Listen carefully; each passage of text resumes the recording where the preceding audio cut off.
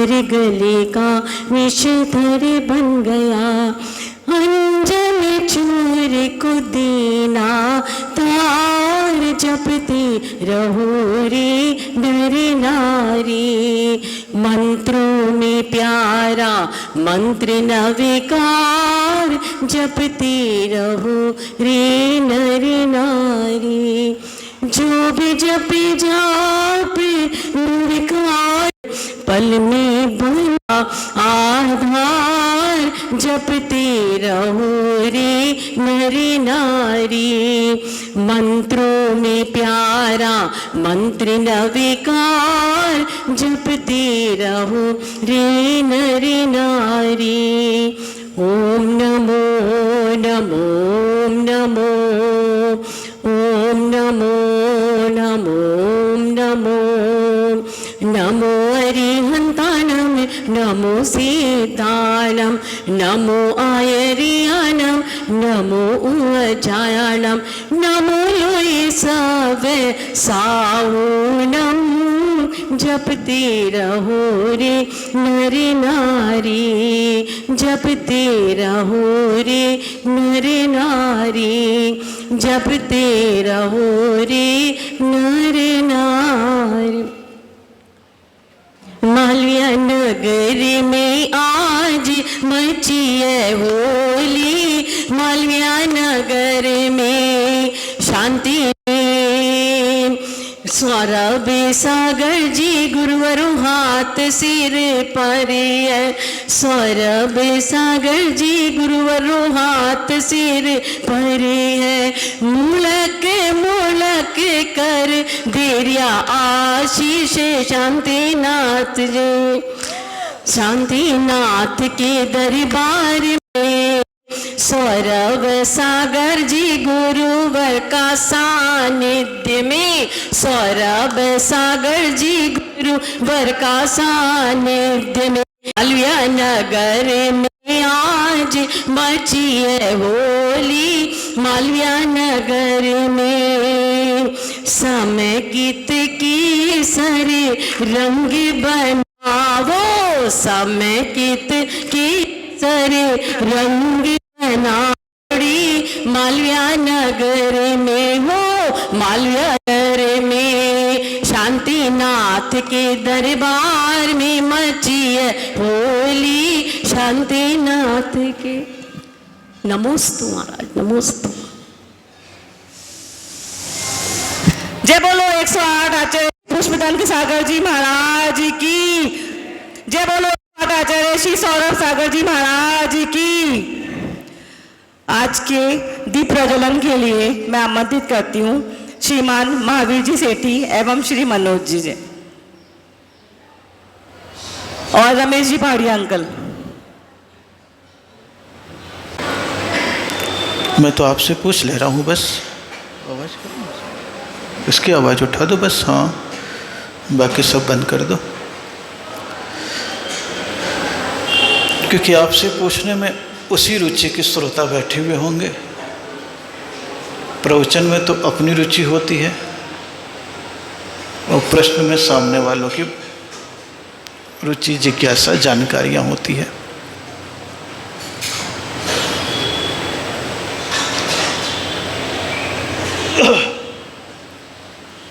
और जो चीज़ आप दैनिक करते रहते हैं उसी क्रियाओं से कभी कभी कुछ प्रश्न उत्पन्न हो जाते हैं, क्योंकि आप खुद संशय में रहते हैं कि जो मैं कर रहा हूँ वो ठीक है या नहीं है। क्रिया तो पूरी चलती है लेकिन मन में संशय भी बना रहता है, और कभी कभी संशय नहीं भी रहता है तो आप सोचने लगते हो इतने दिनों से कर रहा हूँ कुछ उपलब्धि नज़र नहीं आ रही।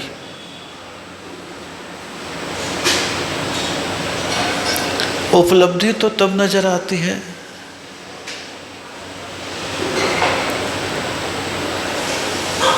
जब जो जिस स्वरूप में है उस स्वरूप में ही उसका मंथन किया जाए।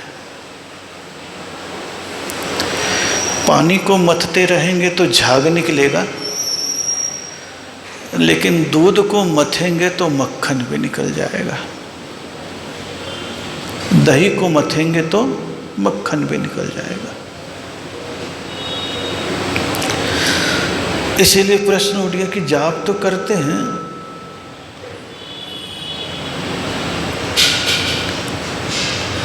और 108 माला में दाने होते हैं, लेकिन ऊपर 3 दाने होते हैं।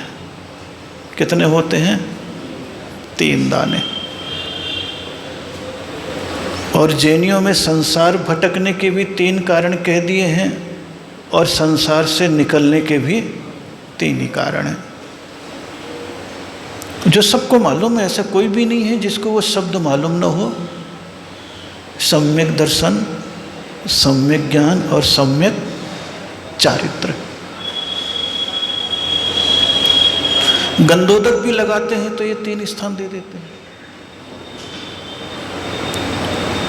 कितने स्थान? 3 स्थान। दर्शन, ज्ञान और चारित्र के रूप में आप देखेंगे तो नैनों पर लगा लेते हैं, मस्तक पर लगा लेते हैं और हृदय पर लगा लेते हैं। क्योंकि नयन तो सम्यक दर्शन के प्रतीक हैं, देखना, और सम्यक ज्ञान का प्रतीक है बुद्धि, और सम्यक चारित्र का प्रतीक है हृदय। हृदय पवित्र होता है तो चरित्र आता है। क्या आता है? चरित्र आता है। और बुद्धि सहज होती है तो सम्यक ज्ञान आ जाता है। वक्र बुद्धि नहीं, ऋजु बुद्धि। कौन सा ज्ञान आ जाता है? सम्यक ज्ञान। और आंखों से ही वस्तु को देखा जाता है तो वो पहचान श्रद्धान बन जाता है, दर्शन का प्रतीक। इसलिए गंधोदक भी लगाते हैं तो सम्यक दर्शन, सम्यक ज्ञान और सम्यक। माला भी आप फेरते हैं तो अंतिम फूल को आप लगाते हैं दर्शन, ज्ञान और चारित्र। सम्यक दर्शन, सम्यक ज्ञान, सम्यक चारित्र। और ये चीज़ जैनियों की थी। किसकी थी? ईसाइयों ने ले लिया। किसने ले लिया? आप उनको देखोगे तो क्या करेंगे?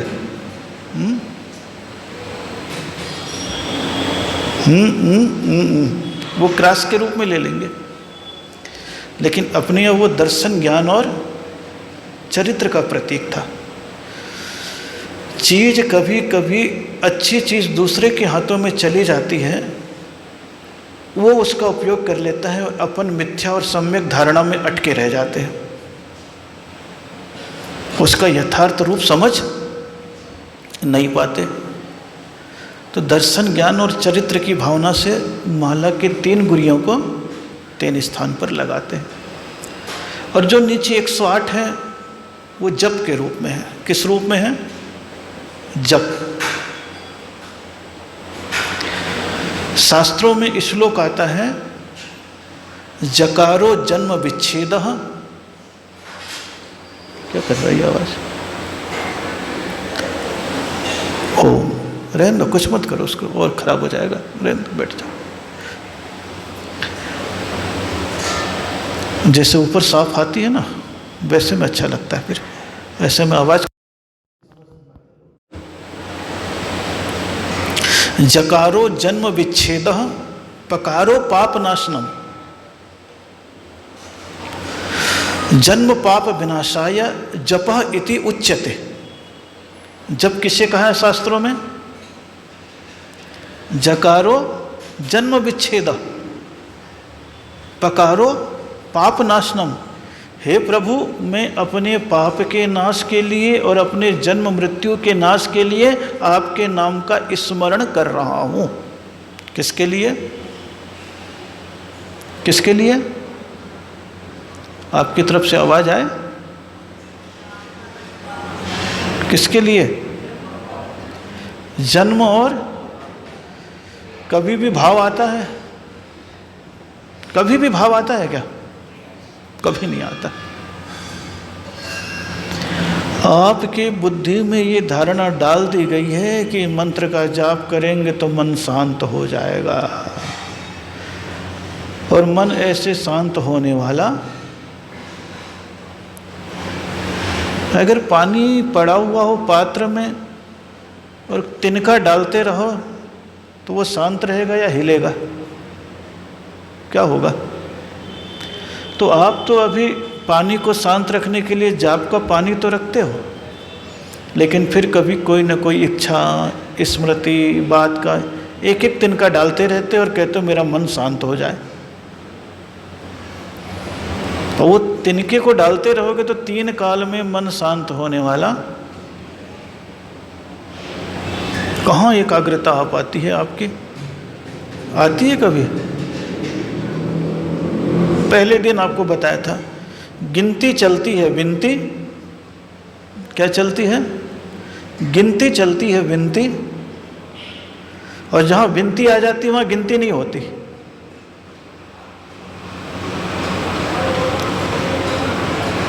जहाँ गिनती आ जाती है वहाँ विनती नहीं।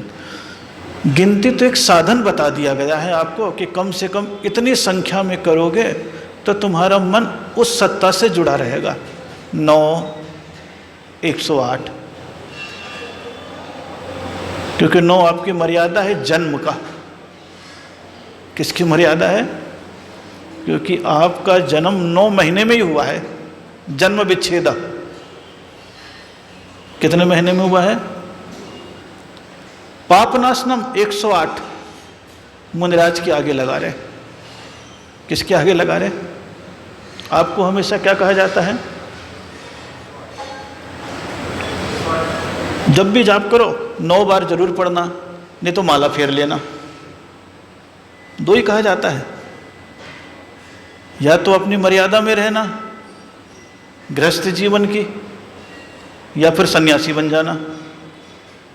क्या बन जाना? संख्या जरूर है, लेकिन संख्या के पीछे कोई ना कोई रहस्य, कोई ना कोई साधन, कोई ना कोई रीजन, कोई ना कोई कारण बता दिए। परिभाषा वही आ रही, जन्म विच्छेद पाप नाशनम। इसके अलावा और कुछ भी नहीं है। लेकिन जाप में हमारे गुड़िया खिसकती है, जिसे आप अपने शब्दों में कहते मन का खिसकता है और मन का कहीं और हो जाता है। उसे आप क्या बोलते हो? मन का गुड़िया। वो खिसकती है, लेकिन उसके साथ आपका मन भी। क्यों? क्योंकि बाहर का तिनका कोई ना कोई डलता रहता है। इतने ज़्यादा संसार के आपके विचार रहते हैं कि कहीं पर भी आप जाप करने बैठो तो और फुर्सत में हो जाते हो, तो और ज़्यादा विचार आपके पास आने। जैसे कुएं में बाल्टी डालो तो पहले तो पानी छिटक जाता है, लेकिन जैसे ही बाल्टी थोड़ा सा अंदर जाता है सारा पानी चारों तरफ का। ऐसे ही जिस वक्त आपकी इच्छा पैदा होती है जाप करना है तो थोड़ी देर के लिए तो मन यूँ हो जाता है, कचरा को बाहर कर दिया, लेकिन जैसी दूसरी, तीसरी, चौथी में डूबने लगते हो फिर दुनिया का पानी वापस। इसलिए वो जब संख्यात्मक है, नाम स्मरण है, लेकिन उसमें जब गुणात्मक दृष्टि आ जाती है। कौन सी दृष्टि? अब गुणात्मक दृष्टि में जब तक आपके पास जानकारी न हो तब तक गुणात्मक दृष्टि आने वाली नहीं है। अगर आपको अरिहंत के समोसरण के बारे में न मालूम हो तो नमो अरिहंताणम में आप समोसरण तक जा पाओगे? बोले नहीं। सिद्ध की निराकारता के बारे में मालूम न हो तो नमो सिद्धाणम में सिद्ध के पास जा पाओगे? नहीं। नमो आर्याणम में आपके पास क्षमा के भाव न हो, 10 धर्म के, तपस्या के भाव न हो, एकासन उपवास के, तो क्या आप आचार्य के पास तक पहुंच पाओगे? नहीं। जो आपकी स्मृति में वो शकल तो दिख जाएगी, लेकिन अकल आने वाली नहीं है। क्या दिख जाएगा? शकल तो दिख जाएगी, लेकिन अकल आने वाली। अकल के लिए तो जो तत्वार्थ सूत्र का मंगलाचरण पढ़ते हो, बंदे तदगुण लब्धये, क्या पढ़ते हो, क्या पढ़ते हो, बंदे तदगुण लब्धये, कि मैं इसलिए वंदना कर रहा हूं कि जो गुण आपके पास हैं वो गुण मेरे भीतर प्रकट होता है भाव, होता है। बोले शब्दों में तो हो जाता है, अर्थों में नहीं होता। होता है क्या? कर तो लोगे शांतिनाथ भगवान की पूजा और कहीं भी कुछ भी गड़बड़ हुआ तो अशांति, एक क्षण भी नहीं लगने वाला, एक क्षण भी लगने वाला नहीं है। 1 मिनट में अशांति आ जाएगी।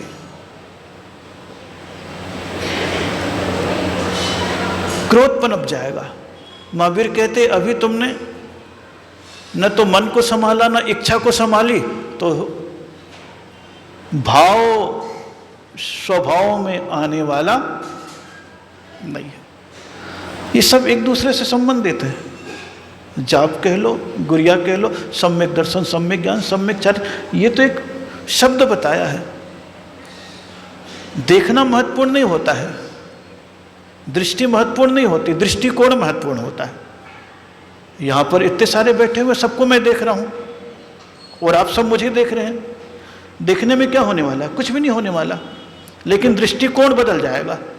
आप किसको किस दृष्टि से देख रहे हो, ये आपका भाव बताएगा। कौन बताएगा? कौन बताएगा? वही भाव आपको पुण्य और पाप देने में कारण, कोई दूसरे नहीं। मंदिर में भगवान बैठे हैं, भगवान न तो पुण्य दे रहे न पाप दे रहे। आप अगर निंदा करने लग गए तो पाप आ गया, और स्तुति करने लग गए तो पुण्य आ गया। अब उस मूर्ति ने दी है या आपने दी? मूर्ति ने दी या आपने ली? आपने स्वयं ने ली है। इसलिए भावों को अगर शांत करना है, स्थिर करना है, तो बाह्य प्रलोभन से विरक्त होना पड़ता है। किससे विरक्त होना पड़ता है? बाह्य प्रलोभन से। एक साधु जंगल में बैठे हुए थे, साधु जंगल में बैठे हुए थे, तो उनके पास कुछ व्यक्ति आए, बोले प्रभु मन शांत करना है, भाव निर्मल करना है। बस इतना बोला, संत भी बैठे रहे। आधे घंटे हो गए तो गृहस्थी था वो, तो उसको प्यास लगने लगी। क्या लगने लगी? प्यास लगने लगी। बोले महाराज उत्तर दे दो, थोड़ा जाऊं पानी वानी पीऊं, आपके चक्कर में तो पता नहीं 11 कब बज जाएगा, न तो खाने मिलेगा, न तो तुम खाओगे, न हमें खाने दोगे। अच्छा, बोले प्यास लगी है, जब सामने तालाब है, नदी बह रही है, वहां जाके तो पानी पी के आ जा। जैसे वहां गया, इतने में क्या हुआ, गायों का झुंड उस नदी से निकल गया। जैसे निकला पानी, अरे बोले धत तेरे के, मेरा भाग्य खोटा। महाराज ने छूट भी दे दी पानी पीने के लिए जा, लेकिन पीने के लिए गया तो वहां पर तो पूरा पानी वापस आ गया। बोले महाराज मामला गड़बड़ हो गया। बोले क्या हो गया? बोले पानी तो गाय के निकलने से गंदा सा हो गया। बोले कोई बात नहीं, जा वहीं जाके बैठ जा, बस देख तू, और कुछ मत करना।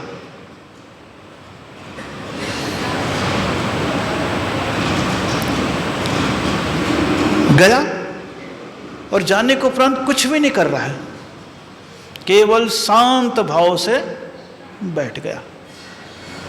और जब वह बैठ गया तो थोड़ी देर बाद क्या हुआ, पानी की हलन चलन कम हुई, जो ऊपर का कचरा था वो,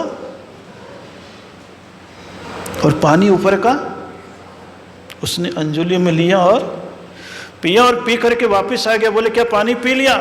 बोले हाँ गुरु महाराज पी लिया, थोड़ा टाइम लग गया। बोले उतने देर क्या किया? बोले कुछ नहीं किया, बस बैठ करके इंतजार किया कि कब कचरा नीचे, कब कचरा नीचे, कब कचरा नीचे और जैसे ही कचरा नीचे बैठ गया, ऊपर का पानी साफ हुआ, मैंने उठाया और बोले बस, तुम्हें शांति चाहिए ना, तो शांति चाहिए तो शांत होकर के बैठ जा। और जो तेरे मन के सागर में विचारों की हिलोरे आ गई है, क्रोध मान माया लोभ के चौपाए आ गए हैं, उसने तुम्हारे मन के जल को क्या कर दिया है? हिला दिया। इसलिए तुम्हें शांति नहीं मिलती, सफाई नहीं मिलती है, प्यास बुझाने का साधन नहीं मिलता, बल्कि गंदगी ही गंदगी नजर। इसलिए मन और इच्छा के बाद भाव कहा था कल, उसी का एक प्रश्न था। तो बोले भाव के लिए क्या करना है? शांत होना है और साक्षी भाव से देखना है। किसको? बोले जो जैन दर्शन में 12 भावनाएं बताई गई है। कितनी भावना? कितनी भावना? ये भाव से संबंधित है कि जिसके पीछे भाग रहे हो, पहली भावना भाव लो, अनित्य। कौन सी भावना? कि ये कोई भी चीज नित्य रहने वाली नहीं है, तो जो चीज नित्य नहीं है तो उसके पीछे क्यों भागूं? लेकिन इतना विचार आएगा, बोले महाराज आप तो बोल दो बस, बाकी हमारे भीतर बहुत मुश्किल से याद कर लेना बहुत सरल है। राजा राणा छत्रपति हाथन के असवार, मरना सबको एक दिन अपनी अपनी बार। लेकिन इस बात पर विश्वास नहीं है, और विश्वास नहीं है तो अशरण। जरा से बीमार पड़ोगे तो किसकी शरण में चला जाओगे? किसकी में? डॉक्टर के। जरा सा घर में लफड़ा हो गया, व्यापार में लफड़ा हो गया तो किसकी शरण में चले जाओगे? वकील के। अशरण भावना। तो भाव, तो उस भाव को संभालने के लिए 12 भावना दी गई। कितना लंबा चौड़ा सूत्र है। भाव को स्वभाव में जाने के लिए तीर्थंकर भी घर छोड़ करके वैरागी होते हैं, तो कौन सी भावना बातें हैं? 12 भावना। और तीर्थंकर बनना होता है तो पिछले जन्म में कौन सी भावना बातें हैं? 16 भावना। कितनी भावना? और वैरागी बनने के उपरांत सामायिक में जब चले जाते हैं तो कौन सी भावना भाते हैं? 4 भावना। कौन सी भावना? 4 भावना। आप लोग पढ़ते हो ना, मैत्री भाव जगत में मेरा, सत्वेषु मैत्रीम, गुणी जनों से प्रेम प्रभो, प्रमोद भावना, दीन दुखी जीवों पर मेरे, कारुण्य भावना और माध्यस्थ भावना। ये 4 भावना साधु बनने के बाद भाने लग गए, गृहस्थी से वो आगे बढ़ता चला है। तो इच्छा और मन तो तुम्हारे बाहर की ओर दौड़ेगी ही दौड़ेगी, उसको तुम कभी भी रोक नहीं सकते, क्योंकि वो भीतर की स्वाभाविक परिणति है। कौन सी परिणति है? अग्नि जब भी जलाओगे तो वो लपटे मारेगी मारेगी, उसका तो स्वभाव है लपलपाने का। लेकिन दीपक की लौ को देखो, बिल्कुल घी सही है और बाती सही है तो बिना हिलती भी लौ ऊपर जलती रहती है। जलती कि नहीं जलती? जलती कि नहीं जलती? तो भाव को स्वभाव में लाने के लिए शास्त्रकार कह देते किस में आना है? भावना में। किस में आना है? भावना में। एक एहसास होना चाहिए कि जिस जिंदगी को मैं जी रहा हूं इसका कोई भी भरोसा नहीं है। इसको सुरक्षित करने के लिए मैं किसी भी पदार्थ की शरण में जाऊंगा, थोड़ी देर के लिए तो सहारा बन सकता है, लेकिन उसे शाश्वत नहीं बना सकता। भोजन कितनी देर का सहारा है? 6 घंटे का, 24 घंटे का, ज़्यादा ताकत हो तो 10 दिन का, और ज़्यादा ताकत हो तो 6 महीने का, और ज़्यादा ताकत हो तो 1 साल का। कितने देर का है? शरीर कितने दिन का है? बोले मौत जब तक नहीं आई। कोई भी पदार्थ को देख लो, हर चीज की सीमा है। जो सीमा में है उसके पीछे भागना नहीं, तो तुम्हारा भाव संभलने लगेगा। तुम अपने आप में क्या होने लगोगे? सिमटने लगोगे। उस सिमटने के लिए तो आपको बता दिया, अभी जाप कर, श्रद्धान कर, विवेक जगा और नियम का पालन कर। तो बहुत सारी चीजें ऐसी हैं जो आपके जीवन से संबंधित है। किससे संबंधित है? आपके जीवन से संबंधित है। इसलिए यहाँ पर सम्यक दर्शन, सम्यक ज्ञान, सम्यक चारित्र, यानी कि दृष्टिकोण सही रखो, हर चीज में समझ रखो, सम्यक ज्ञान, और हर क्रिया को अच्छे तरीके से करो, सम्यक चारित्र। और जब ये चीज आ जाती है, स्थिर होकर के स्मरण करो, यानी जाप। स्मरण का मतलब जाप। और जिसका जीवन में प्रभु का स्मरण अच्छा होता है तो मरण भी समाधि के साथ होता है। किसके साथ होता है? किसके साथ होता है? स्मरण में मरण छुपा हुआ है ना, सुमरण और सुमिरण जुड़ा हुआ है उसके साथ। इसीलिए जैन शासन में जाप करने के लिए आपको बताया जाता है तो श्वासोश्वास में बताया जाता। किस में बताया जाता? ल्यो नमो अर्यंताणम छोड़ो नमो, लो नमो ऐरियाणम छोड़ो नमो, लो नमो लोय और छोड़ो सव साहुरा। ये श्वासोश्वास में जाप इसलिए बताया जाता है कि तुम्हारे श्वास में मंत्र बैठ जाए, और जब तुम्हारे श्वास में मंत्र बैठ जाए, आकस्मिक दुर्घटना भी घटेगी तो तुम्हारी श्वास चलेगी तो उसमें क्या चलेगा? मंत्र चलेगा। और जहां मंत्र चलने लग गया तो वो मंत्र मन को नियंत्रित करता है। किसको नियंत्रित? तो मरण भी तुम्हारा सुमरण हो जाता है। तो इसलिए रत्नत्रय, जाप, और जाप के साथ फिर किसको देखो? अपने भाव को। किसको देखो? कि मेरे विचार किस दिशा की ओर जा रहे हैं। प्रारंभ में अशुभ दिशा की ओर जाए, शुभ में ले आओ। जब उसमें निष्णांत हो जाओ और निवृत्ति हो जाए तो शुभ दिशा, शुभ में प्रवेश। गृहस्थ जीवन में शुभ तक तो आ सकती है लेकिन शुद्ध में नहीं जा सकती। किस में नहीं जा सकती? शुद्ध में नहीं जा सकती। क्यों? क्योंकि तुम्हारे भीतर विकल्पों का पूरा बाजार लगा हुआ है। किसका बाजार लगा हुआ है? विकल्पों का बाजार लगा हुआ है। इसलिए मन, इच्छा और भाव, आत्मा से पैदा होने वाले भाव हैं। क्या हैं? भाव हैं। वही मन को प्रेरित करता है दौड़ने के लिए। किसके लिए? दौड़ने के लिए। और क्यों दौड़ता है? जब उसी के भीतर इच्छा नाम की चीज पैदा हो जाती है। और जहां इच्छा नाम की चीज पैदा होती है तो आदमी अच्छा काम में रुचि कम लेता है और बुरे काम में रुचि ज़्यादा लेने लग जाता है। इसलिए भगवान महावीर स्वामी के सूत्र यही दिए गए हैं, अपने मन को परिवर्तित करो। जो बाहर की ओर जा रहा है उसे अंतर्मुखी, और उसी के लिए पूजा है, पाठ है, स्वाध्याय है, सामायिक है, सत्संग है, प्रवचन है, नियम है, ये जितनी भी चीज़ें हैं वो उसके सहयोगी साधन है। वो कौन है? सहयोगी साधन। और साधन को अगर छोड़ दिया तो साध्य की उपलब्धि कभी होने वाली नहीं है। मंजिल को देखने से कुछ भी नहीं होगा। अगर मंदिर का शिखर दिखता रहे और ऊपर जाने की सीढ़ी ना हो तो दिख तो जाएगा, लेकिन मार्ग, घर से यहां तक आने के लिए आपको मालूम है मंदिर मालवीय नगर में है, लेकिन सड़क नहीं हो तो साधन को स्वीकारना ही पड़ेगा। साधन को स्वीकारे बिना साध्य की कल्पना करना,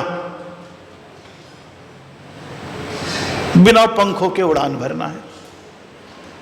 वो उड़ान जीवन चेतना में नहीं हो सकती। इसलिए मार्ग को स्वीकार करते हुए आगे बढ़ते चले जाओ। आपका समय हुआ, ज़्यादा समय तो नहीं, लेकिन बहुत धीरे धीरे धीरे धीरे आप आ रहे थे, एक एक करके। हैं, कल तो संडे था। क्या था? संडे था। है, आप सब दिख गए। आज सब अपने अपने वर्किंग डे में चले गए, अपने अपने काम में चले गए। किस में चले गए? काम में चले गए। और कई लोगों को तो काम कुछ भी नहीं है फिर भी बिजी हैं। क्या है, फिर भी बिजी है। तो धीरे धीरे ये सारी क्रियाएं होती रहती है। तो ये जिंदगी के क्षण है। किसके क्षण है? जिंदगी के क्षण है, जिसमें जितना अपने को उपयोग हो जाता है सद्कार्यों में, वही अपनी निधि होती है।